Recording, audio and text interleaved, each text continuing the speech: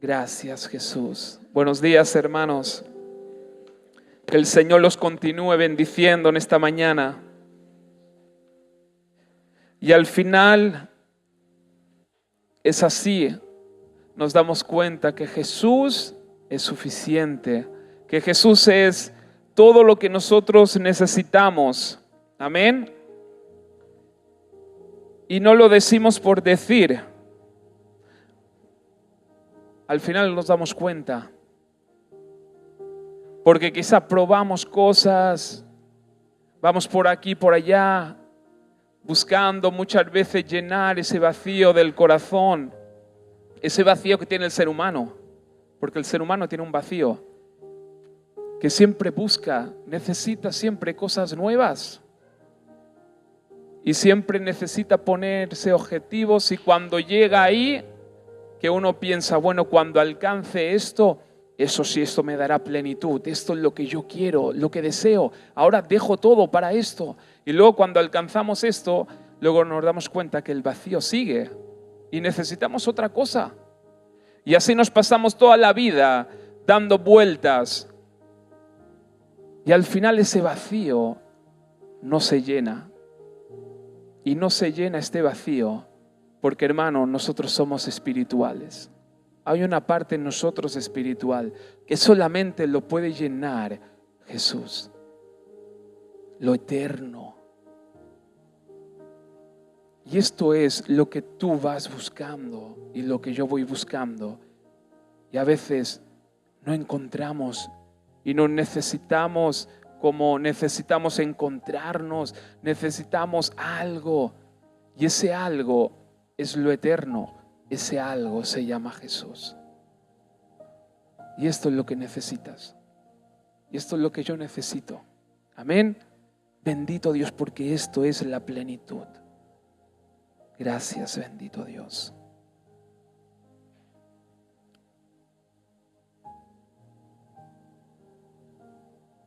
Vamos a compartir la palabra. Amén. Vamos a compartir la verdad. Lo que nunca pasará, y volvemos a lo de antes, que todo lo de este mundo pasará. Todo, lo dice su palabra, todo pasará. Pero hay algo que no pasará, y es su palabra, es Jesús, es lo eterno, es lo espiritual, nuestra relación con Dios. Esto nunca pasará, la palabra nunca va a pasar, todo pasará menos esto. Amén. Por lo tanto, es importante que abramos nuestro corazón en esta mañana y que esa semilla espiritual quede guardada en nuestras vidas y en nuestros corazones, y así llevará frutos, y frutos en abundancia para su gloria y para su honra. Amén. Por eso vamos a abrir la palabra de nuestro Señor en Lucas 7, 36 hasta el 50.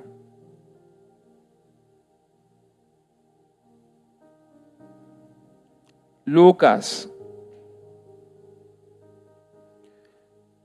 el Evangelio de Lucas 7, 36 hasta el verso 50. Dice así la palabra de Dios. Uno de los fariseos rogó a Jesús que comiese con él. Y habiendo entrado, en casa del fariseo, se sentó a la mesa. Entonces, una mujer de la ciudad que era pecadora, al saber que Jesús estaba a la mesa en casa del fariseo, trajo un frasco de alabastro con perfume. Y estando detrás de él a sus pies, llorando, comenzó a regar con lágrimas sus pies y los enjuagaba con sus cabellos y besaba sus pies y los ungía con el perfume. Cuando vio esto el fariseo que le había convidado, dijo para sí: si fuera profeta, conocería quién y qué clase de mujer es la que le toca, que es pecadora. Entonces respondiendo Jesús, le dijo: Simón, una cosa tengo que decirte. Y él le dijo, di maestro. Un acreedor tenía 2 deudores. El uno le debía 500 denarios y el otro 50. Y no teniendo ellos con qué pagar, perdonó a ambos. Di pues, ¿cuál de ellos le amará más? Respondiendo Simón dijo, pienso que aquel a quien perdonó más. Y él le dijo, rectamente has juzgado. Y vuelto a la mujer, dijo a Simón, ¿ves esta mujer? Entré en tu casa y no me diste agua para mis pies, mas ésta ha regado mis pies con lágrimas y los ha enjuagado con sus cabellos. No me diste beso, mas ésta, desde que entré, no ha cesado de besar mis pies. No ungiste mi cabeza con aceite, mas ésta ha ungido con perfume mis pies. Por lo tanto te digo que sus muchos pecados le son perdonados, porque amó mucho, mas aquel que se le perdona poco, poco ama. Y a ella le dijo, tus pecados te son perdonados. Y los que estaban juntamente sentados a la mesa comenzaron a decir entre sí, ¿quién es este que también perdona pecados? Pero él le dijo a la mujer, tu fe te ha salvado, ve en paz. Amén. Gloria a Dios. Primero de todo vamos a ver algunos detalles históricos donde ahora hemos compartido en esta porción de la palabra para ponernos en contexto, porque a veces leemos y hay cosas que parece que no cuadran, ¿no? Y además si uno está ahí sumergido en la palabra y uno es un poco atento y uno también se hace preguntas, porque, claro, ¿cómo es que un fariseo le ruega a Jesús que vaya a comer a su casa y de repente dentro de su casa entra una mujer? Como de la nada entra y se pone ahí con ellos. Claro, hay cosas que no cuadran. Luego dice que Jesús está sentado a la mesa y de repente dice que la mujer va por detrás y le empieza a regar los pies con lágrimas. ¿Cómo? ¿Qué? ¿Que se mete por debajo de la silla la mujer? ¿Cómo es eso? Claro, estos son detalles históricos que es bueno, ¿no?, poder compartir, aprender. ¿Por qué? Porque nos metemos en contexto, nos metemos dentro del contexto del cual estamos leyendo y compartiendo. Amén. Por eso, bueno, uno de los detalles es que ese fariseo le ruega a Jesús que vaya a su casa y coma con él. Pero, ¿con qué intención hace eso el fariseo? El fariseo, conocido como Simón, ruega a Jesús que coma con él en su casa. Pero si nosotros vamos a los detalles y nos sumergimos, ¿no?, en esta palabra, vemos que Jesús nos da unos detalles importantes que nos da a entender las intenciones de este hombre, ¿no?, de este fariseo. Vemos que el fariseo no parecía que fuera para honrarlo esa invitación. No iba con la intención de honrar a Jesús. Más bien, va con la intención de evaluarlo y a someterlo a prueba. En la época de Jesús, en esos tiempos, invitar a cenar a un rabino era común. Pero la intención principal de ese hombre, del fariseo, era como vigilar las acciones de Jesús, confirmar a ver si en realidad era lo que él decía y luego buscar también motivos para desacreditar a Jesús. Simón invita a Jesús, pero vemos con esos detalles que nos da Jesús que ese fariseo en cierta manera lo menosprecia. Ahí nos damos cuenta de estos detalles. No lo honra con las costumbres de la época. Como por ejemplo, no le da agua para lavarse los pies, que era algo de costumbre cuando entraban en una casa. De hecho, parece que ni lo saluda. Cuando Jesús entra, normalmente se saludaban, se daban un beso. Sin embargo, el fariseo no lo honra a Jesús con todos esos detalles, ¿no? Ahí nos damos cuenta de la intención de ese corazón.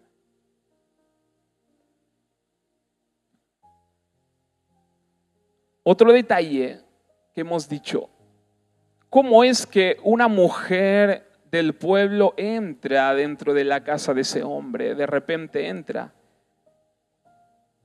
Pues la mujer entra a la casa del fariseo llamado Simón porque se entera de que Jesús estaba comiendo allí.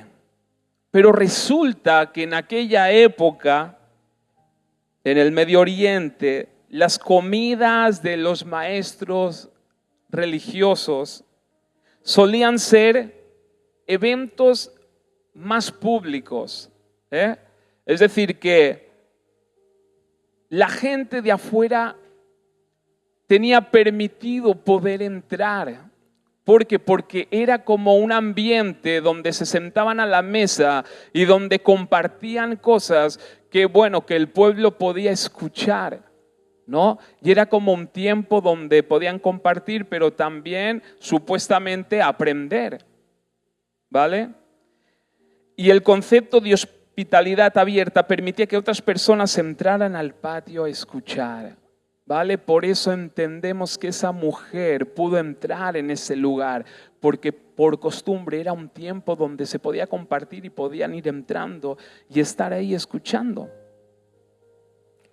Las casas de los fariseos principales tenían patios y salones abiertos donde las personas de la ciudad podían acercarse para escuchar las enseñanzas de los rabinos y observar a los invitados.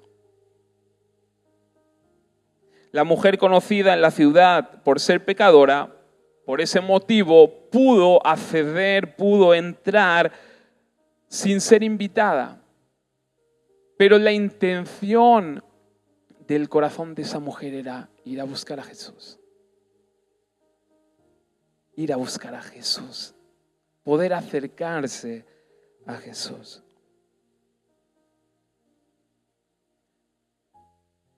Amén. Por eso entendemos y comprendemos cómo es que esa mujer pudo entrar ahí en esa casa.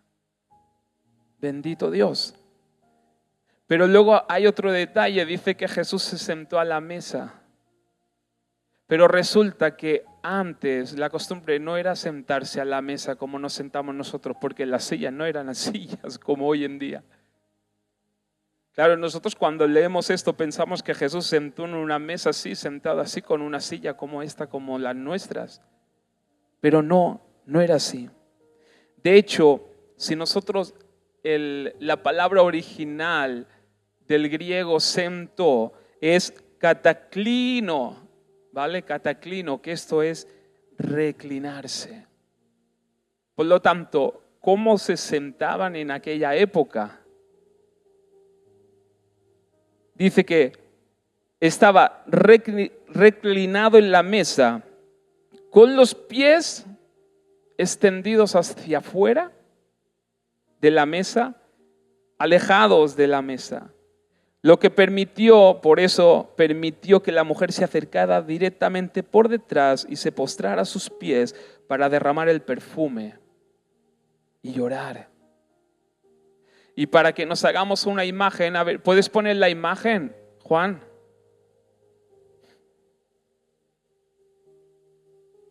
Miren, así.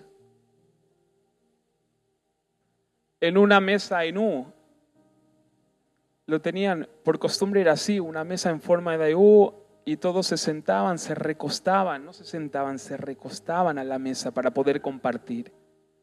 Y así podían servir por en medio. Claro, y ahora podemos ver y entender cómo la mujer pudo entrar y cómo pudo llegar a los pies de Jesús. Así. Por eso es bueno poder compartir, ¿no?, estos detalles de la historia bíblica, de esos momentos de los tiempos de Jesús, para que cuando nosotros leamos nos hagamos la imagen, entremos dentro de esa historia, ¿no? Y podamos exprimir al máximo lo que el Espíritu Santo nos quiere aportar, nos quiere dar, nos quiere enseñar. Bendito Dios.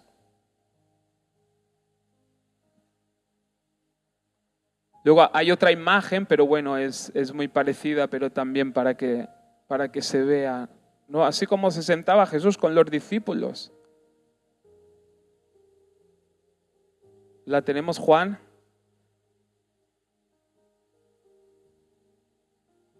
Así.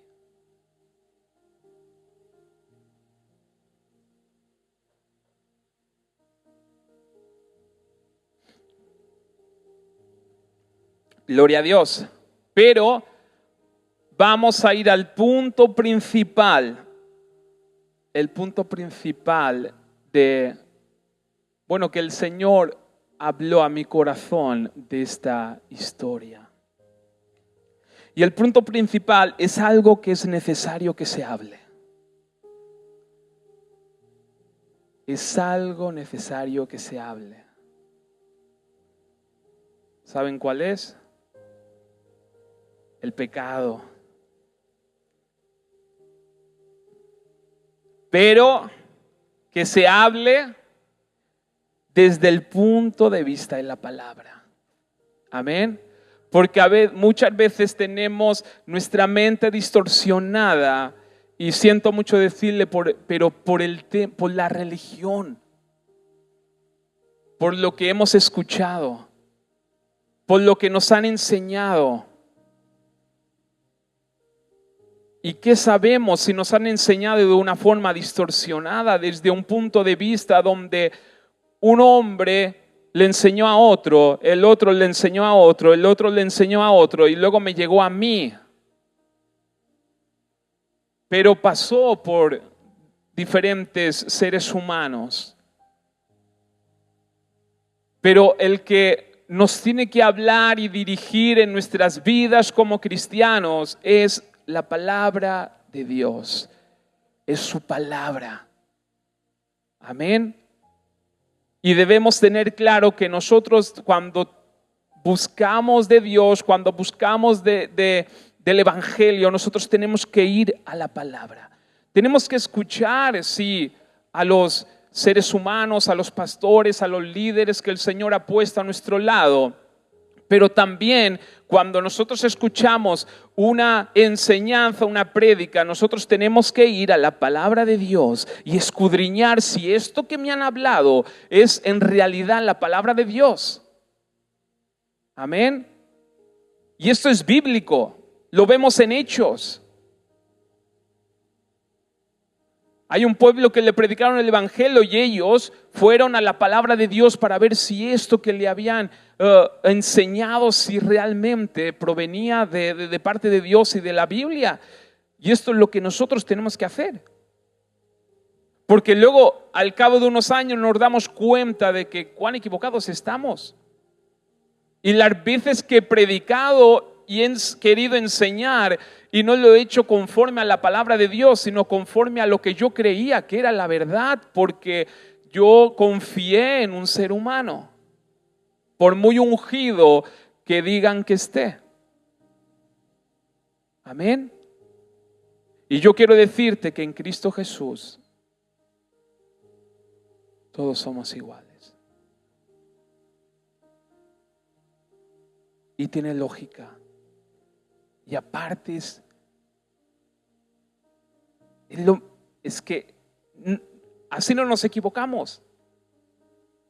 Porque tenemos un punto donde todos tenemos que ir ahí, que se llama la palabra, la Biblia, la palabra de Dios. Amén. Bendito Rey. Por lo tanto, el punto principal es el pecado, pero no se asusten. Vamos a verlo conforme a la palabra de Dios, que es tremendo. Por eso, en esta historia podemos ver dos tipos de personajes con diferentes mentalidades, ¿vale? Uno, por un sitio, tenemos al fariseo Simón, un supuesto hombre de Dios, religioso fariseo. Pero si analizamos sus hechos, vemos que tiene una mentalidad religiosa. Una mentalidad religiosa. Tiene una mentalidad, su mentalidad está puesta bajo el antiguo sistema de la ley. Una mentalidad enfocada en la religión. ¿Qué significa esto? Básicamente significa que tú dale vueltas a esto, pero ahora lo vamos a analizar. Esta mentalidad, la mentalidad del fariseo, de Simón, cree que el pecado, escucha, cree que el pecado son simples acciones. Una mentalidad religiosa cree que el pecado son simples acciones. Cree que la base principal del pecado son las acciones que hacemos. ¿Vale? Las cuales las podemos manejar con nuestra capacidad y esfuerzo humano. Esto es una mentalidad religiosa. Creo que el pecado son acciones las cuales podemos manejar con nuestra capacidad y nuestro esfuerzo humano. Esta mentalidad da a entender, escucha, esta mentalidad da a entender que nosotros somos capaces de dominar todas nuestras acciones en toda situación y en cualquier momento. Por lo tanto, si nosotros pensamos así, todo depende de nosotros y solo de nosotros. Amén. Si tú piensas así, todo depende de ti y solamente de ti. Esta clase de mentalidad no necesita un Mesías. No necesita un Salvador. Quizás tú crees que lo necesitas porque a lo mejor te han dicho, no, es que Jesús dio su vida por ti y tú necesitas a Jesús. Pero,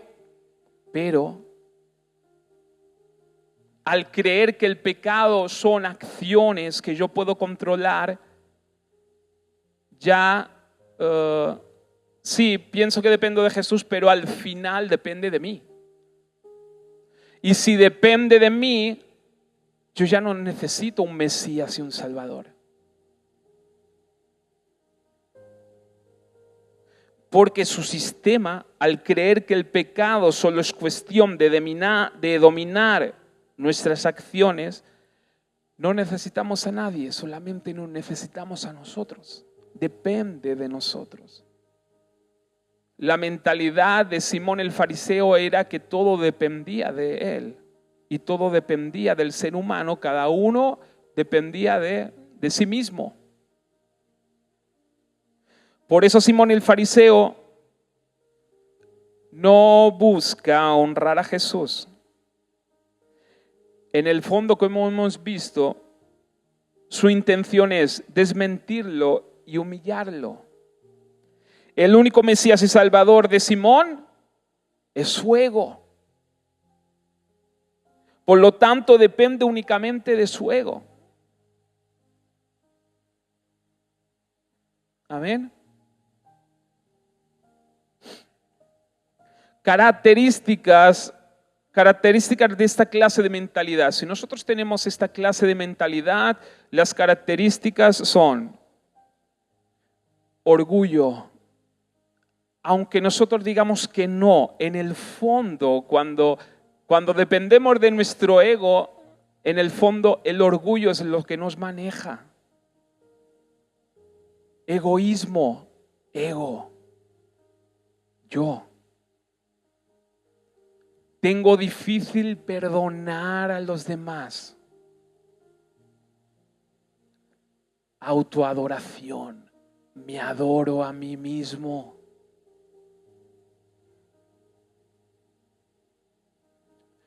Superioridad sobre los demás. Al basar nuestro sistema de fe y santidad sobre nuestras propias acciones, cuando basamos nuestra fe o el sistema de fe y de santidad sobre nuestras propias acciones, este mismo sistema nos da el aval, y nos lo da porque si depende de nosotros, nos da el aval para poder sentirnos superiores a los demás. Porque depende de mí. Si tú no lo consigues, pues yo he podido. Yo soy superior a ti. O al menos nos da el aval para hacer un análisis competitivo con los demás. La religión nos lleva a competir los unos contra los otros. No, esto no puede ser, sí. Por eso hay celos ministeriales. Por eso hay celos, por eso hay contiendas, porque hay como una competencia. Pero es que es normal, porque el que nos domina es nuestro ego, el que nos domina es nuestro yo. ¿Y qué hay bueno en nosotros? ¿Qué hay bueno, dice la palabra, en nosotros?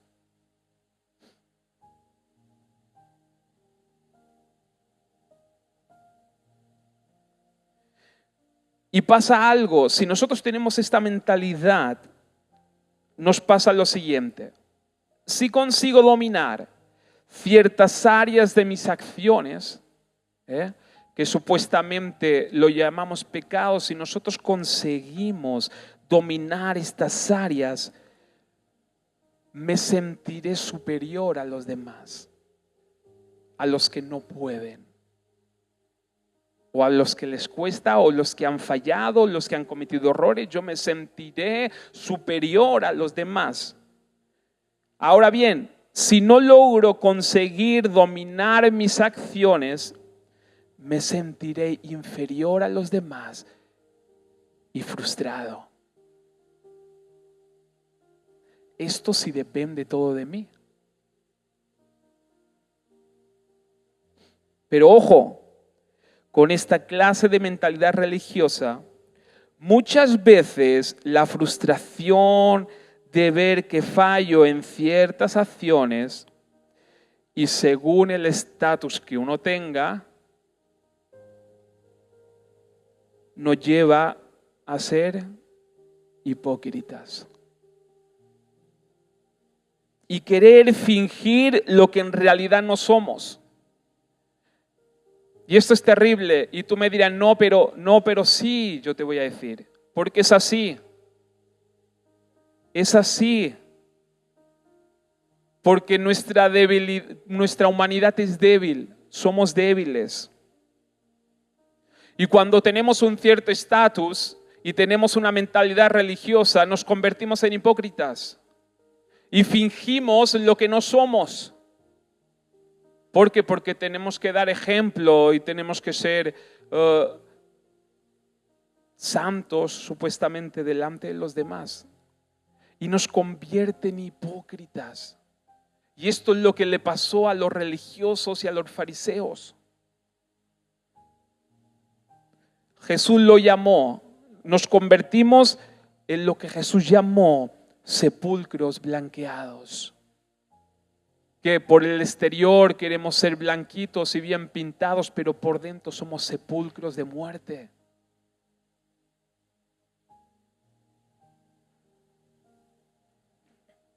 Pero no te asustes, es que es normal. Es que es normal. Es normal que un religioso sea un hipócrita. Porque es imposible cumplir las expectativas de Dios. Es imposible cumplir con mis fuerzas la santidad de Dios. No puedo. No se puede. Y nos autodefendemos y nos convertimos al final en hipócritas. Por eso no me extraña que los fariseos fueran hipócritas. Porque ellos se daban cuenta de que no podían lograr lo que la palabra les pedía. ¿Y saben qué pasa? Cuando nos pasa esto se llama frustración. Y la culpa es de tener esa mentalidad religiosa. Y también nos da derecho para juzgar. Cuando tenemos este tipo de mentalidad, nos da como un derecho para poder juzgar a los demás. ¿Y saben qué? Que nosotros no podemos juzgar. ¿Tú sabías que yo no puedo juzgar al hermano? Un sistema de fe y santidad sobre nuestras propias acciones.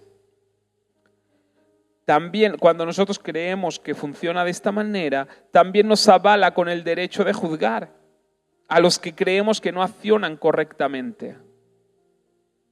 Es como que nos dais aval para poder juzgar. Por eso Simón el fariseo se vio él con el derecho de poder juzgar a la mujer. La juzgó. En el versículo 39 dice, si fuera profeta, conocería quién y qué clase de mujer es la que le toca, que es pecadora. En resumen, vemos que una mentalidad religiosa que cree que el pecado son simples acciones, no se ve con la necesidad de tener un Mesías, un Salvador. Se vale con su esfuerzo humano. Amén. Esto si creemos que el pecado son simples acciones que nosotros podemos controlar. 2, y por el otro lado tenemos a una mujer, ¿vale? Ahora hemos visto las características de nuestro amigo Simón. Ahora vemos, por otro lado, a una mujer. Tenemos a una mujer que entró como Pedro por su casa, a la casa de Simón. Y tiene una característica peculiar. Y parece ser muy opuesta con un juicio humano o con un ojo humano al supuesto hombre de Dios. Parece ser que no tienen nada que ver el uno con el otro. Uno supuestamente religioso y la otra es que le dan un detalle muy directo. La otra, ¿qué dice la palabra que es? Pecadora. Amén. Por eso nada que ver el uno con el otro. Uno supuestamente parece el santo y la otra ya directamente la llaman la pecadora.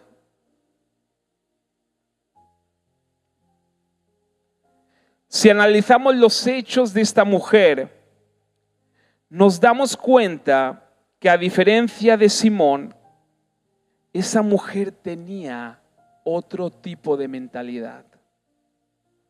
Yo aquí lo llamo la mentalidad de rendición. Ojo, la palabra no dice mentalidad de rendición, es algo que yo le he puesto, pero una mentalidad de rendición. ¿Qué significa esto? Que tuvo una revelación profunda y entendió, escucha, este es el punto principal de esta prédica. Tuvo una revelación que entendió algo tan importante, y es que el pecado no es una simple acción, sino, ¿saben qué? El pecado forma parte de nuestra identidad. Wow, ¿no? Tremendo. Esto ya es otra historia, ya es otra cosa. El pecado no son acciones. Resulta que el pecado forma parte de nuestra identidad. Y no me lo invento yo, lo dice la palabra de Dios.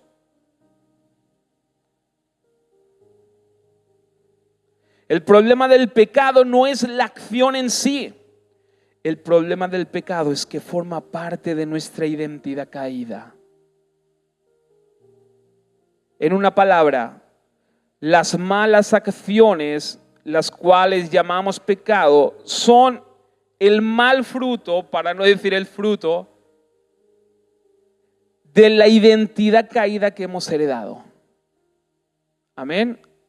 ¿Entiendes por dónde vamos? Miren, Romanos 5:12 dice lo siguiente.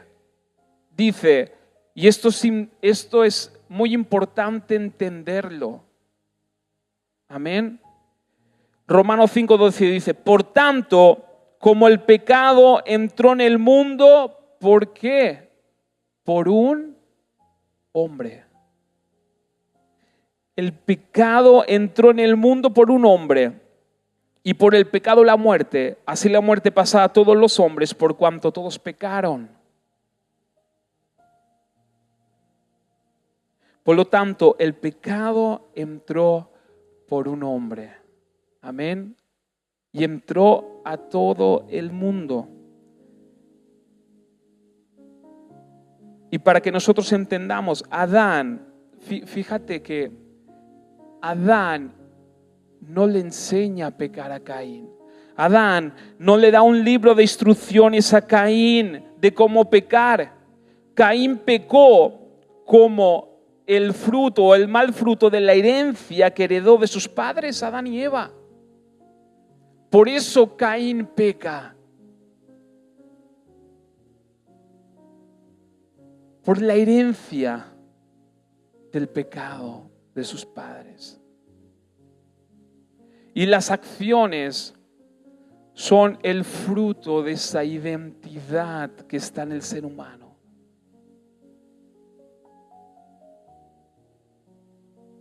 Cuando entendemos que el pecado no es una acción, sino que forma parte de nuestra identidad, entendemos, ahí está el punto, entendemos que necesitamos urgente un Mesías, un Salvador.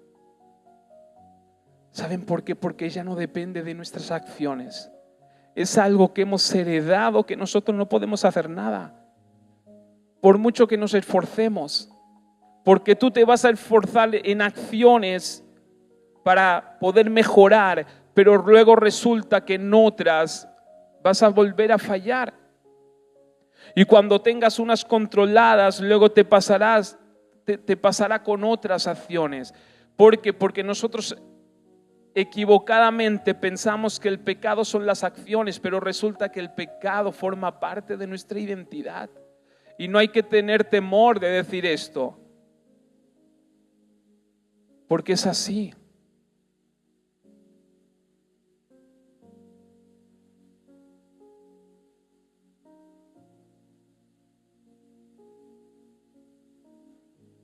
Y cuando entendemos esto y vemos nuestra condición, cuando se nos revela esto, entendemos que necesitamos un Salvador. Entendemos que necesitamos un Mesías.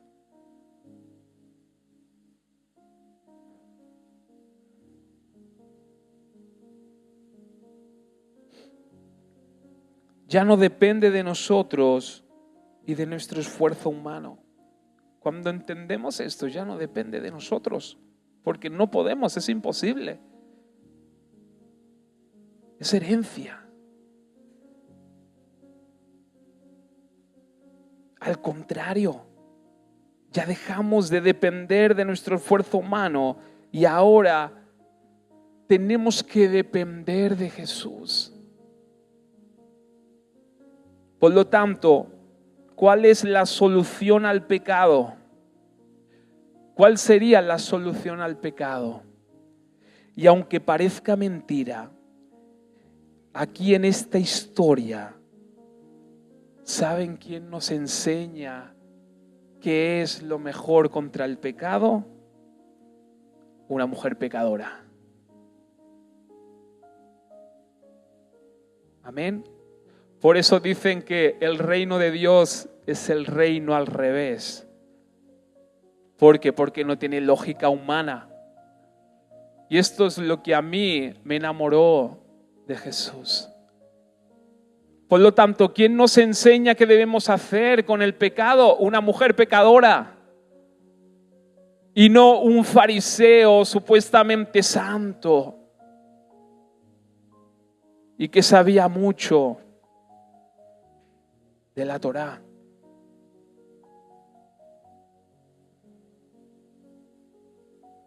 Y la solución al pecado, ¿saben cuál es? La rendición. La rendición. Y esto no significa que automáticamente ya dejaremos de pecar.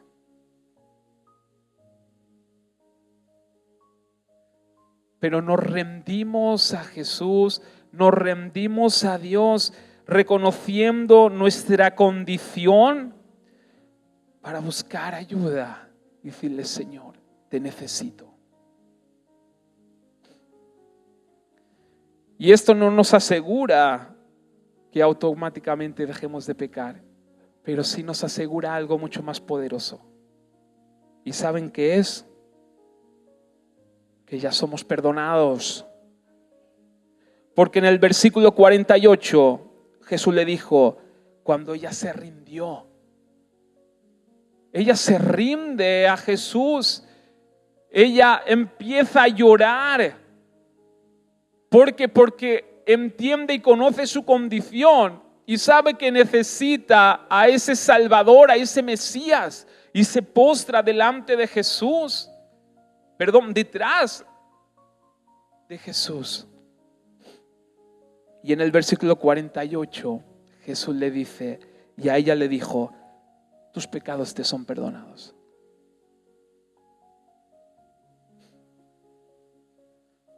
Amén. Por eso la rendición no significa que automáticamente ya dejemos de pecar, pero sí nos asegura que somos perdonados.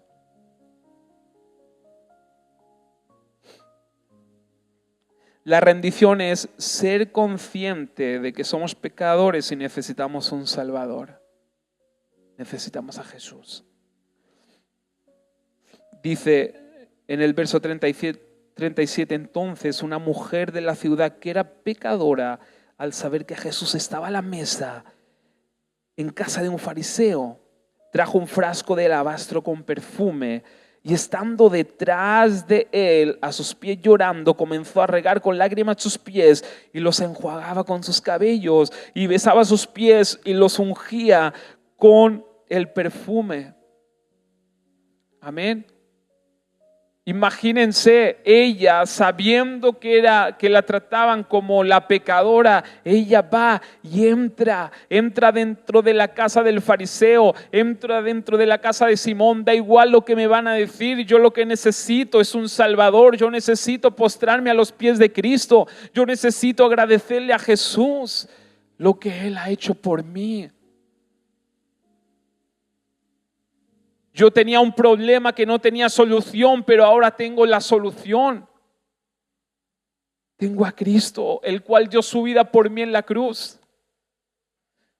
Y cuando Dios me mira a mí, yo tengo fe en Jesús. Dios me ve a Jesús en mí. y perdona mis pecados.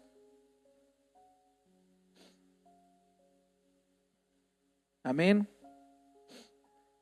Características de una mentalidad de rendición. Amor. Cuando tenemos esa mentalidad, cuando nosotros entendemos esto, entendemos nuestra condición y que necesitamos un Salvador y nos rendimos. Las características son amor, verdad, libertad, humildad, perdón. Tenemos la capacidad de perdonar a quien sea. Hay una liberación en nosotros que no tiene explicación, es un milagro.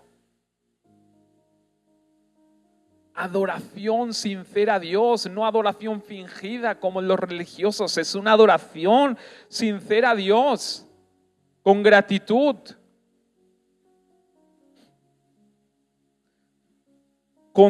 Somos conscientes de que todos somos iguales a los ojos de Dios.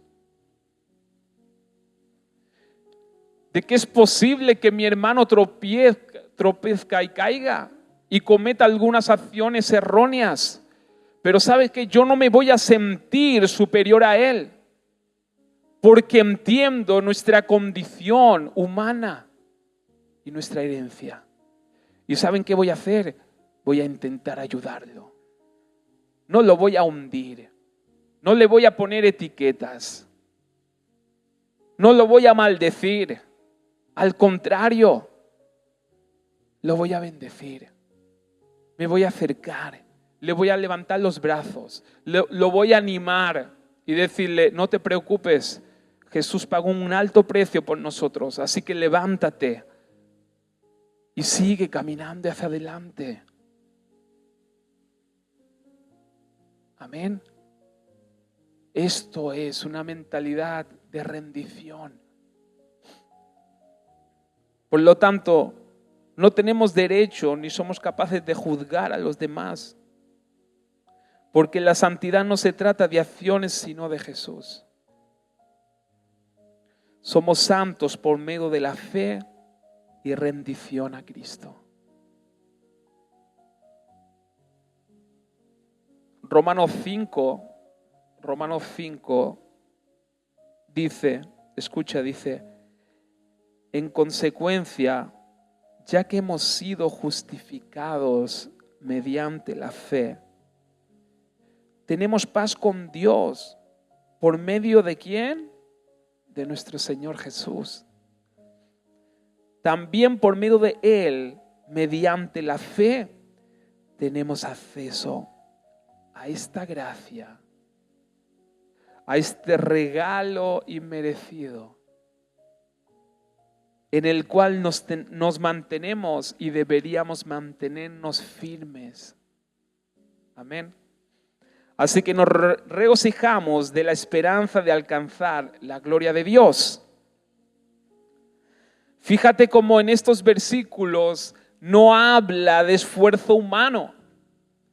No está hablando nada de esfuerzo humano, sino de un regalo inmerecido de la gracia, un regalo inmerecido que viene por la fe y la rendición a nuestro Señor amado Jesús. Amén. Bendito Dios. Dice que somos justificados,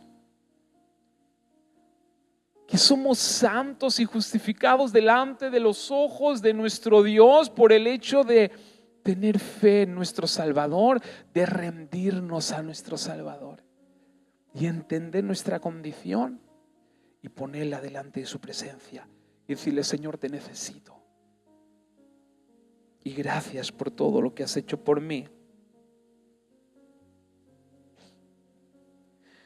Cuando nos rendimos a Jesús, es como el Padre nos viene a decir: toma.